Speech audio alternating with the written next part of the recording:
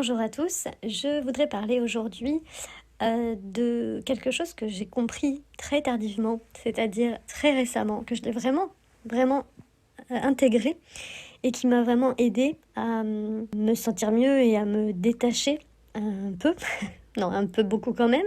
Au début du parcours, quand j'étais vraiment très mal, et même pendant quasiment tout le parcours, donc ça fait depuis 2020 que je suis dedans, et je suis en phase de séparation. J'ai écouté énormément de vidéos parce que comme j'étais vraiment pas bien et perdue, comme beaucoup d'entre nous, je me réfugiais dans l'écoute de vidéos pour me rassurer, pour surtout essayer de comprendre, parce que le fait de ne pas comprendre, c'était vraiment le plus douloureux. Et je pouvais pas en parler autour de moi parce que forcément les gens autour de moi me disaient de lâcher l'affaire, que les gens ne pouvaient pas comprendre.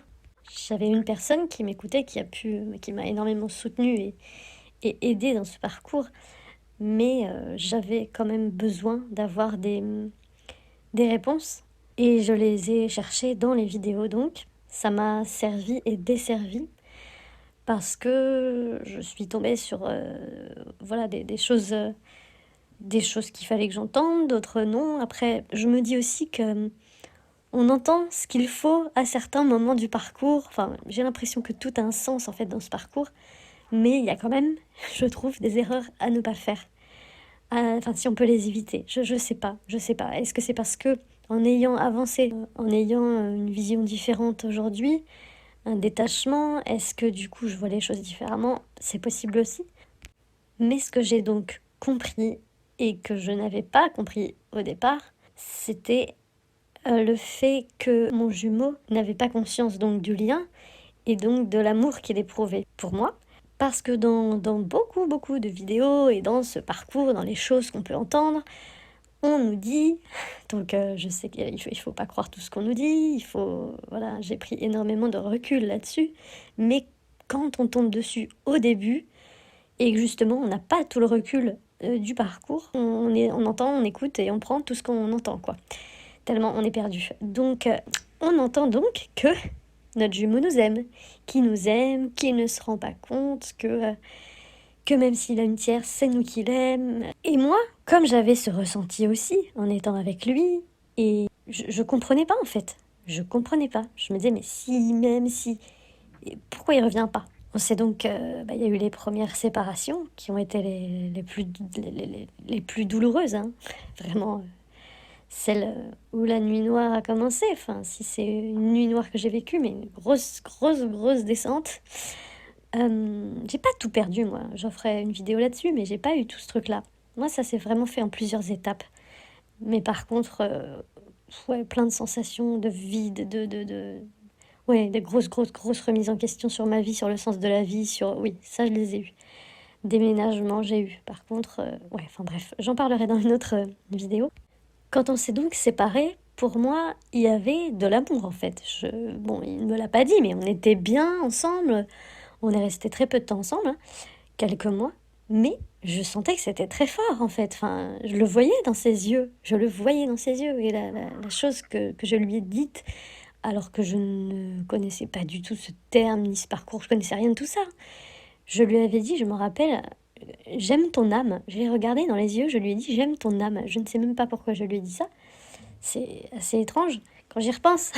Et voilà, je voyais moi dans ses yeux et dans je le ressentais, l'amour qu'il avait pour moi. Et quand il a voulu tout arrêter, parce que voilà, c'était devenu trop souffrant et on commençait à chacun activer nos blessures, hein. Le rejet pour ma part, enfin moi il m'a complètement rejeté, je comprenais rien. Lui il a peur, la peur d'être en couple, la peur d'être étouffé, la peur de perdre sa liberté. Tout ça avec des mots pas très gentils et très maladroitement. Donc moi j'ai tout pris dans la tronche, violemment.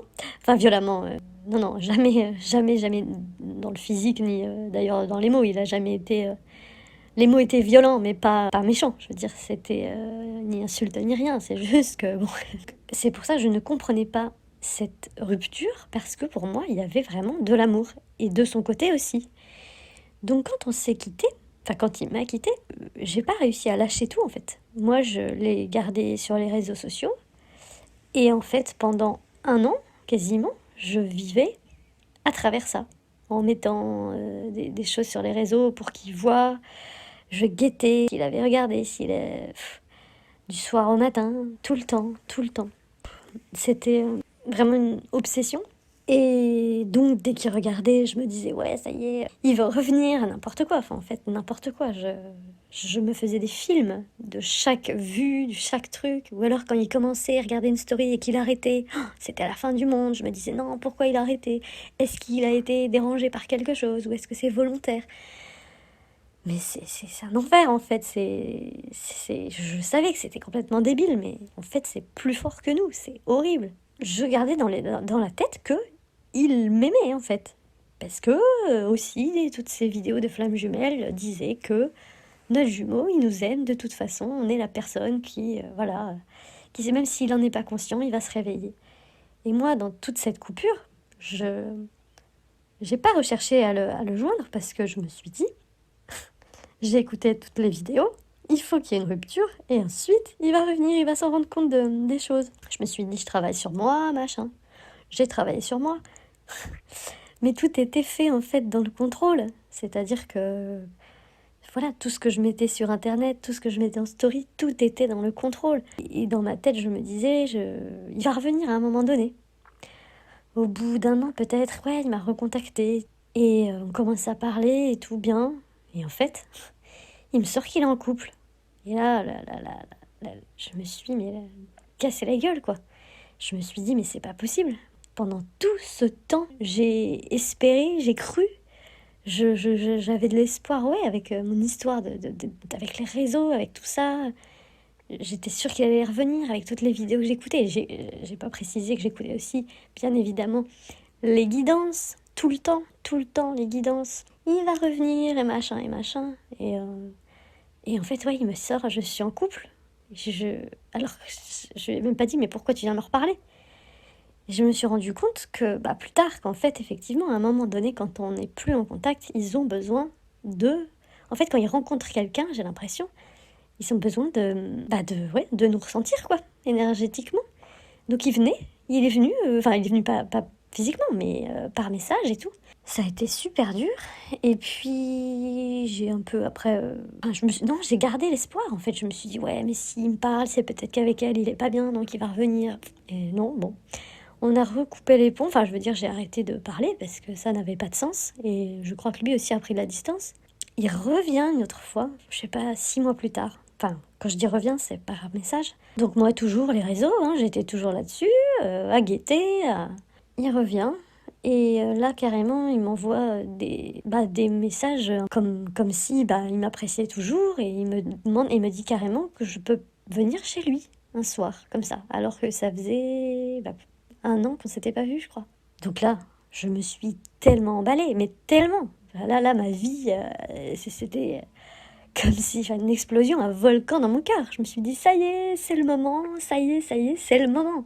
Il a réalisé, mais que nenni, en fait. C'est-à-dire que ce soir-là, j'ai refusé d'y aller, parce que déjà, voilà, j'étais fière de moi en me disant, c'est pas parce que là, il a décidé que j'y vais, donc non, je n'y suis pas allée. On avait parlé toute la soirée, le lendemain. On parle un peu et après je le vois encore prendre un peu de distance et tout. Et moi, en écoutant toujours ces putains de vidéos, je me suis dit, bon, attends, j'insiste pas, je le laisse, je fais pas la relou, je fais pas la fille qui est accro et dépendante, puisque je voulais lui montrer que j'avais travaillé là-dessus pendant toute cette année.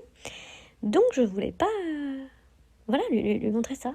Et 10 jours après ce message où il me proposait de venir chez lui, donc, je lui envoie un truc comme ça, un clin d'œil par rapport à quelque chose dont on avait parlé. Il répond pas, je vois sur WhatsApp rien, pas connecté. Donc là, je me faisais tous mes films. Je me suis dit, mince, peut-être il lui arrivait quelque chose. Le fameux, il lui arrivait quelque chose. Non, et à un moment donné, je reçois un message. Coucou, je suis... oui, non, tout va bien. Je suis à Djerba avec ma nouvelle chérie. Et là... Mais là, voilà, vous imaginez la triple claque dans la face. Je me suis décomposée. J'ai dit, mais comment il peut me faire ça? Comment c'est possible, en fait? Il y a 10 jours, il me propose de venir chez lui. Moi, j'étais à fond, Et lui, il me sort ça tout naturellement. Donc je l'ai reçu, hein, c'est ce que je lui ai écrit. Je fais, mais enfin, je dis, tu te fous de ma gueule en fait, tu te fous, vraiment, t'as aucun respect pour moi. Et il m'a bloqué.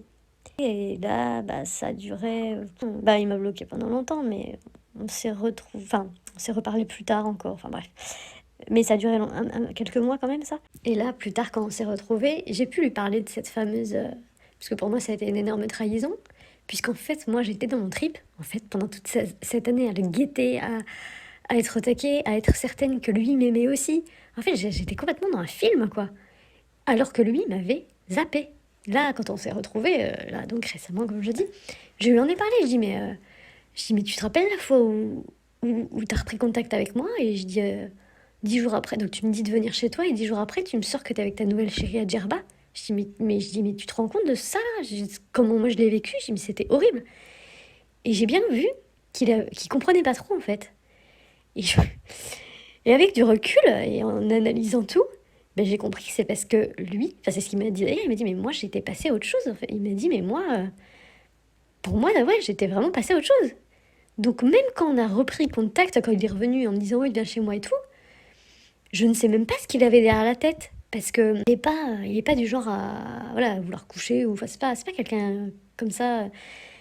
Donc si ça se trouve, il voulait juste que je passe en pote. Et ça, c'est très, très, très possible. Parce que là, quand je lui ai dit ça, quand je lui ai dit, mais tu te rends même pas compte le coup de couteau, le coup de poignard dans le dos de ce que j'ai pu ressentir. Et en fait, je crois il a réalisé, en fait, en se disant, mais attends, parce que lui, pendant un an, c'est pas que je n'existais plus, mais ouais, il était passé à autre chose. Il avait essayé. Alors, je ne sais pas, on n'en a pas parlé de ça. Je sais pas si vraiment il m'avait zappé, si vraiment. Mais il m'a dit, il était passé à autre chose. Euh, il a aucune idée, il ne sait même pas. Je lui ai même pas dit que moi, non. Et que moi, j'ai rencontré personne et que j'étais dans l'obsession totale. Ça, il ne le sait pas. Donc, c'est pour ça que quand je dis, ils ont pas conscience. Peut-être qu'ils m'aimaient, puisque effectivement, là, la preuve, quand on s'est retrouvés au bout de 2 ans, oui, les sentiments étaient toujours là. Mais, mais pendant cette année où il a essayé de me zapper, je crois qu'il n'était pas conscient de ça. Et ce fameux bouton off, il existe. Alors là, ça, il existe. Je l'ai bien vu chez lui, il n'y a pas de problème. Voilà, faut faire vraiment attention avec tous les films qu'on se fait, quoi. Et moi, c'est en ça où je dis, les vidéos ne m'ont pas aidé là-dessus, parce que je faisais tout à la lettre, et non. Dans la 3D, ils n'ont pas conscience. Au début, en fait, tant qu'il n'y a pas l'éveil, et là, moi, il ne l'est toujours pas, je crois pas. Ça a commencé là. Il a commencé. Je crois qu'il y a début d'éveil. Il y a eu un début. Mais parce que voilà, il s'est ouvert et qu'il y a eu j'ai vu, il y a des changements récemment, il y a eu des changements. Mais tout au début là, même là quand je l'ai revu, donc ah non, il y avait pas du tout. Et quand ils sont pas éveillés, ils sont pas conscients de cet amour. Ils essaient encore de le cacher, ça. Donc faut vivre pour soi. Faut vivre pour soi et ouais, se concentrer sur soi et se dire que s'ils sont pas là, c'est ils en ont pas envie. S'ils voulaient vraiment, ils seraient là, ils s'en donneraient les moyens. Et on le sait qu'ils sont capables, puisque moi, au début, quand j'étais avec lui, il en était très capable. J'ai vu comment il était quand il a envie de se donner les moyens. En fait, on croit qu'on est dans des passages par rapport à tout ce qu'on écoute, mais en fait, on est...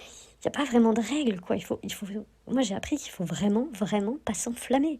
S'il y a le moindre message, s'il y a le moindre signe, s'il y a le moindre... Il faut absolument prendre un recul de fou, parce que suite à ça, voilà, encore bien d'autres choses. On s'est retrouvés au bout de 2 ans et demi ou 3 ans, je ne sais plus du coup, je sais même plus. On s'est vraiment revus. Et voilà, encore une fois, je croyais que c'était la bonne, hein, et pas du tout. On se revoit et bam, le lendemain, il me dit non, moi j'éprouve plus rien en fait. C'est que un pas en avant et 10 milliards de pas en arrière. Et des claques dans la tronche alors qu'on croit que c'est la bonne. J'ai enfin compris qu'à chaque fois qu'il y a des avancées, en fait, il faut vraiment, vraiment, vraiment pas s'emballer.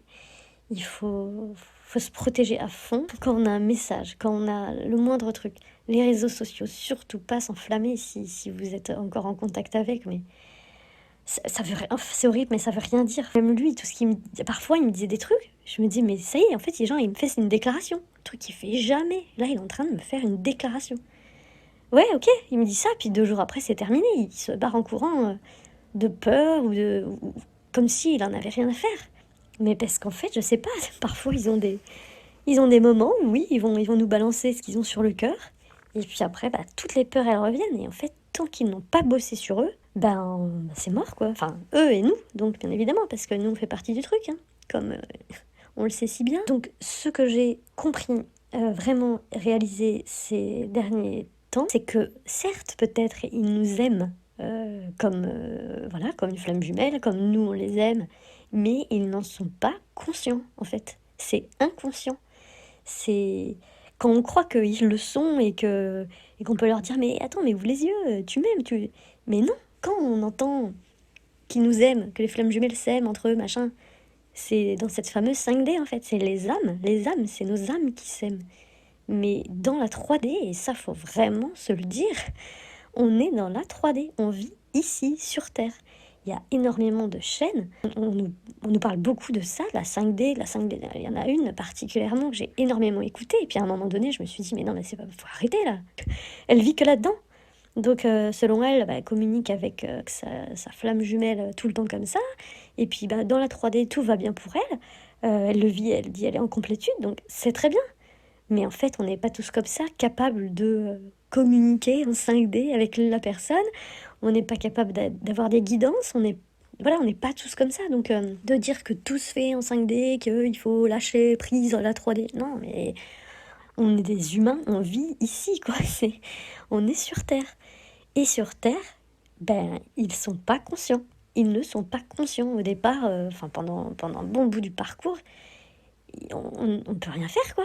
Donc c'est pour ça qu'ils vont voir les autres filles, c'est pour ça qu'ils sont pas là, tout simplement. Ils sont pas là. Moi aujourd'hui, donc on s'est revus, on s'est vraiment rapprochés. J'ai eu droit à des petits cœurs, un wow sur les messages, chose qu'il n'avait jamais fait. Il m'a dit des choses qu'il ne m'avait jamais dites, même si c'est pas non plus, attention, hein, on est loin de la grande déclaration d'amour. Mais il est pas là.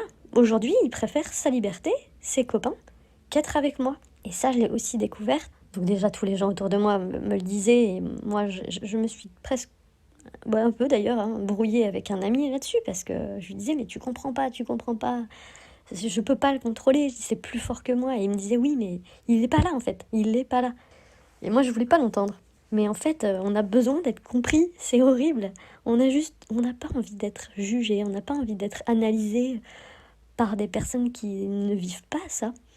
Parce qu'on se dit qu'ils peuvent pas comprendre. Moi, j'ai une personne qui ne vit pas le parcours, à qui j'ai pu en parler, qui me juge pas. Mais, enfin, je ne crois pas, mais c'est pas évident, quoi, franchement. Donc ouais, c'est en voyant ma meilleure amie, en fait, rencontrer un garçon qui, dès le départ, tout se passe bien. Il lui disait qu'il voulait pas être en couple, elle non plus, parce que voilà, ils avaient pas envie de se remettre, ils sortaient de grosses histoires, ils avaient pas envie de se caser. Et au final, ils ont accroché dès le départ, et dès le départ, ils ne se sont pas quittés. Dès le départ, lui a été très attentionné. Je me suis dit, mais regarde quoi, regarde un homme qui est accro à quelqu'un, qui a envie d'être avec une fille, même s'il a des réticences parce qu'il a morflé ou quoi, il est là, il fait des efforts, en fait. Et là, ils sont ensemble, ces deux-là, hein, et ça fait 1 mois qu'ils se sont rencontrés, ils ne se quittent plus. Ils ont envie. Donc je me suis dit, lui, c'est que c'est pas assez fort pour qu'il soit là aujourd'hui. Donc arrête de te bloquer sur lui. Arrête de te gâcher la vie, parce que moi, c'était devenu vraiment... je vis dans une bulle, quoi. Depuis 3 ans, c'est une bulle. Une bulle où je me suis mis des œillères et je vivais... je me lève du matin au soir, c'est penser à lui, Alors, c'est toujours le cas, je me lève, il va être dans mes premières pensées, ça n'a pas changé. Mais bon, c'est quand même, ça a diminué, et voilà, il y a beaucoup de choses qu'on diminue, mais ça n'a plus rien à voir avec ce que c'était. Je sors la tête de l'eau, disons, me resociabilise aussi, parce que je me suis énormément enfermée, j'avais besoin d'être seule, en fait. Et je me nourrissais de vidéos et de tirages parce qu'il y avait que ça qui m'apaisait. Il y avait que ça qui m'apaisait. Sinon, tout le reste était trop souffrant. Dès que je sortais, c'était souffrant. Dès que je voyais quelque chose qui me faisait penser à lui, je me dis mais non, parce que je veux pas, parce que je pense à lui et que j'ai envie d'être là avec lui. Ou j'allais à un endroit et je voyais un endroit où j'étais allée avec lui. Et en fait, chaque chose était horrible, quoi. J'allais dans un magasin, je voyais quelque chose, je voulais l'acheter pour lui. C'était un cadeau que je voulais lui faire. Enfin, tout. Donc en fait, sortir devenait vraiment souffrant. me faisait mal au ventre. Vraiment, j'avais une douleur au ventre. Je disais au cœur aussi, au cœur et au ventre. Un mal, vraiment un vide. C'était horrible. Ça a duré, je vous dis, ça a duré. Ça a duré 3 ans. C'est pas pour décourager ceux qui ne sont pas encore à... Mais moi, ça a duré 3 ans. Mais c'est pour ça aussi que je veux faire ces vidéos, pour dire les erreurs que j'ai faites. Et vraiment, si j'avais compris dès le départ, si j'avais conscientisé que lui n'était pas conscient de l'amour qu'il a pour moi dans la 3D, que ce n'est pas le cas dans la 3D, j'aurais fait quelque chose, quoi.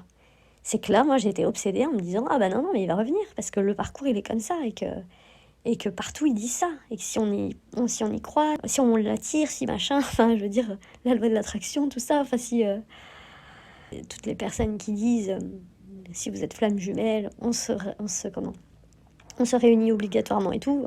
Moi, j'en ai aucune idée. Tant que j'ai pas vécu le truc, je ne peux pas témoigner de ça.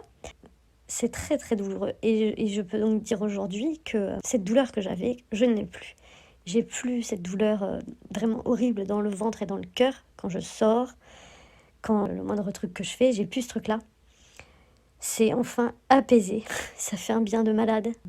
Donc tout peut arriver parce que ça a vraiment duré et j'ai cru que j'y arriverais jamais. Moi, j'en pouvais plus, hein. Franchement, si vous me demandez pour comment j'ai fait, la réponse qu'on connaît tous, j'ai travaillé sur moi, oui. Alors, j'ai fait des soins énergétiques, mais il faut également le mental, hein. L'énergétique, c'est très très bien, mais il faut aussi débloquer par le mental.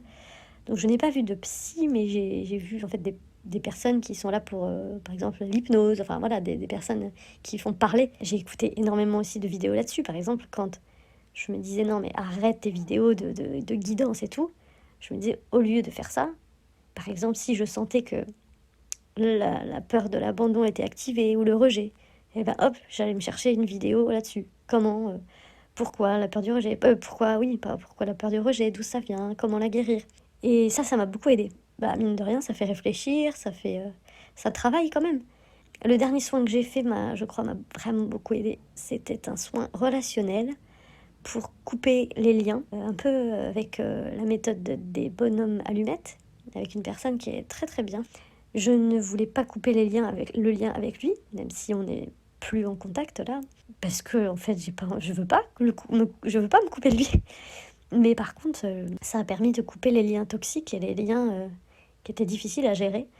Moi, je le ressentais énormément en fait. Pour le coup, je le ressentais énormément. Je savais pas si c'était lui, si c'était moi qui fabulais, ou le fait d'être obsédée par lui, que je ressentais ces choses-là.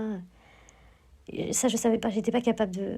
Avec tout ce qu'on entend, pareil, oui, nous, tout le temps, dans les vidéos, oui, on le ressent, on a des choses en 5D, toujours ces trucs de 5D là. Et moi, je ressentais des choses, c'est vrai, je ressentais. J'ai eu énormément de flashs. Moi, c'est les flashs surtout, où je me suis dit, mais j'ai jamais eu ça avant. J'ai toujours été un petit peu comme ça dans la dépendance affective, hein. Mais j'ai jamais eu ça par rapport à un homme, d'avoir ces trucs-là de flash, alors qu'on n'a pas vécu des tas de trucs non plus, quoi. Ça me venait comme ça à la tronche, dans des moments où rien à voir, quoi. À la caisse d'un magasin, à un moment donné, il me vient à la figure. Ça me vient avec soit une sensation d'un moment qu'on a vécu. Donc à chaque fois, c'était du positif, en fait. C'était comme une espèce de grosse dose d'amour. Il y avait ça. Des fois, je sentais un peu son odeur. Des fois, il y avait l'odeur qui venait, mais très souvent, c'était des flashs. C'est comme s'il me vient à la tête. Et là, dernièrement, c'était beaucoup, beaucoup de tristesse, de peine. Je me mettais à pleurer, mais sans comprendre pourquoi. D'un coup, je pleurais, et puis après, ça s'en allait. Enfin, voilà, ça partait. Et je sentais qu'il fallait que je libère, mais ça, je savais pas si c'était moi ou lui. Enfin, je me disais, non, mais ça doit être moi. Et en même temps, je me disais, mais oui, mais pourquoi? Genre, l'autre fois, je passe l'aspirateur, et d'un coup, tout allait bien. D'un coup, je me mets à pleurer, mais à m'en mettre sur mon canapé, vraiment très très chaud de larmes, quoi. Et en fait, je me suis dit, mais c'est peut-être ça quand on dit on le ressent. Est-ce que c'est ça? Je savais pas. Et j'ai fait donc ce soin de bonhomme à lunettes quelques jours après. Et depuis, je n'ai plus eu jamais ce genre de choses. Quasiment pas. J'ai eu très petit, vraiment tout petit truc, quasiment rien. Donc j'en ai conclu que c'était bien lui, certainement, que je ressentais. C'est assez incroyable quand même, hein. Maintenant, au niveau 5D et tout, là, pareil, dans les vidéos, quand ils disent oui, il me parle en 5D, il vient me voir la nuit, machin, je ne sais pas ce que c'est, moi.